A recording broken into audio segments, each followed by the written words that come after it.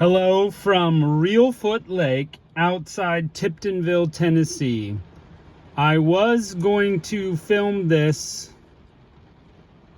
outside, but as you can see, it is pouring rain. So you get it through a window. Anyway, and God blessed us with a little crane there. That's pretty cool.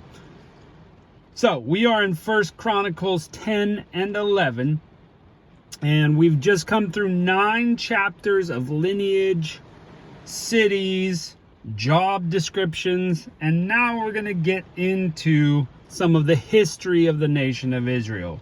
Remember, the Jewish scriptures, Chronicles, is the last book of the Jewish scriptures. It's kind of like a summary of all the things that have happened, and Ezra is going through and just kind of methodically showing us some things.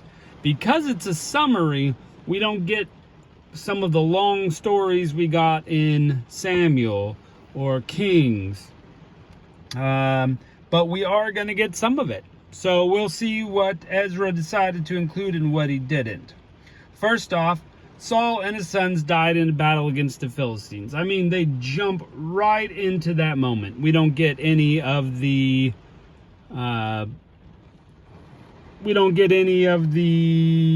run-up to Saul being anointed king. We're just already there. There he is. There are his sons. But there we go. And not only that, they're in war with the Philistines, and the Philistines have basically caught them, killed them, although Saul dives on his own sword. But yeah, so Saul's report card from God is not good, because Saul decides to do things for himself. He's always doing his own thing, rushing God, not waiting, being impatient, so he gets that bad report card from God. Also, when he dies, his armor goes into the temple of Dagon, and the Philistines celebrate about that. But we don't have what happens to the ark there, or any of the run-up for David. We see David just takes right over. Like, sure, he's the next in line. Well, we miss all the stuff between Saul and David. We miss all of that run-up, but that's okay. We have it in the other books, so this is just kind of, again, a summary of what's happening. So, what we do get is that David takes over. He conquers Jabus, which is Jerusalem, kicks out the Jebusites, and then we get some stories on his mighty men, which are awesome. So we're going to jump into that. Thank you for joining us. We're looking forward to how this is going to go. Chapter 10.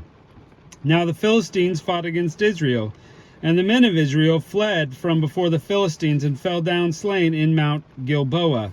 And the Philistines followed hard after Saul and after his sons. And the Philistines slew Jonathan and Abinadab and Malchishua, the sons of Saul. And the battle went sore against Saul, and the archers hit him, and he was wounded of the archers. And said Saul to his armor-bearer, Draw thy sword and thrust me through therewith, lest these uncircumcised come and abuse me. But his armor-bearer would not, for he was sore afraid. So Saul took his own sword and fell upon it. And when his armor-bearer saw that Saul was dead, he fell likewise on the sword and died. So Saul died, and his 3 sons. His whole house died together. And when the men of Israel saw that they were in the valley, they fled. And that Saul and his sons were dead, they forsook their cities and fled. And the Philistines came and dwelt in them. And it came to pass on the morrow, when the Philistines came to strip the slain, that they found Saul and his sons fallen in Mount Gilboa, when they had stripped him. And they took his head and his armor, and sent it to the land of the Philistines round about, to carry tidings unto their gods and to the people. And they put his armor in the house of their gods, and fastened his head in the temple of Dagon. And when all in Jabesh Gilead heard that the Philistines had done to Saul, they arose, all the valiant men, took away the body of Saul, the bodies of his sons, and brought them to Jabesh, and buried their bones under the oak of Jabesh. and fasted for 7 days. So Saul died for his transgression. That's the important part. Why did Saul die? For his own transgression, which he committed against the Lord, even against the word of the Lord, which he kept not. And also for asking counsel of one that had a familiar spirit to inquire of it. You remember that lady he went to? And she was a medium, a spiritist, and she wasn't asking God. So, goodness, she was asking the other power. Of course, God's not happy with that. Therefore he slew him, and turned the kingdom unto David, son of Jesse. Very matter of fact, very quick summary there. Chapter 11. Then all Israel gathered themselves to David into Hebron, saying, Behold, we are bone and thy flesh. And moreover, in times past, when Saul was king, and thou wast he that leddest us out, and broughtest in Israel. And the Lord thy God said unto thee, Thou shalt feed my people, and thou shalt rule over my people Israel. Therefore came all the elders to Israel to the king in Hebron, and David made covenant with them in Hebron before the Lord, and they anointed David king over Israel, according to the word of the Lord by Samuel. And David and all Israel went to Jerusalem, that is Jabus, where the Jebusites were, and the inhabitants of the land. And the inhabitants of Jabus said to David, Thou shalt not come hither. Nevertheless, David took the castle of Zion, which is the city of David. And David said, Whosoever smiteth the Jebusites first shall be chief and captain. So Joab the son of Zeruiah went up first and was chief. And David dwelt in the castle, therefore it was called the city of David.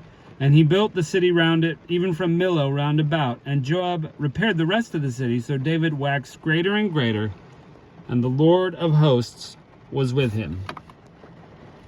These are the chiefs of the mighty men whom David had strengthened themselves within his kingdom, and with all Israel, to make him king according to the word of the Lord concerning Israel. This is the number of the mighty men which David had. Joshabin, a Hakimite, a chief of the captains, he lifted up his spear against 300 slain by him at one time.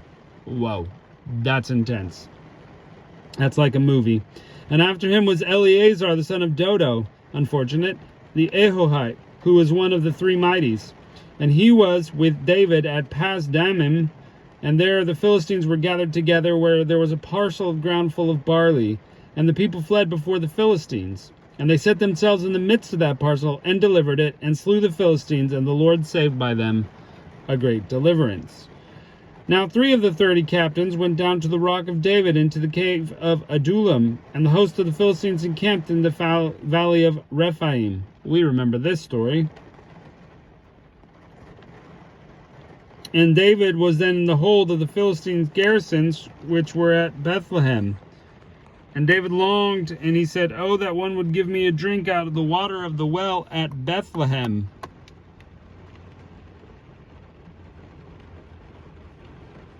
That is at the gate. And the 3 that brake through the host of the Philistines and drew water out of the well of Bethlehem that was by the gate, and took it and brought it to David. But David would not drink of it, but poured it out to the Lord, and said, My God forbid that I should do a thing. Shall I drink the blood of these men that have put their lives in jeopardy? For the jeopardy of their lives they bought it. Therefore he would not drink. These things did the 3 mightiest. And Abishai, the brother of Joab, was chief of the 3, for lifting up his spear against 300, and slew them. And he had his name among the 3. Of the 3 he was more honorable than the 2, for he was their captain, howbeit he had not attained to the first 3.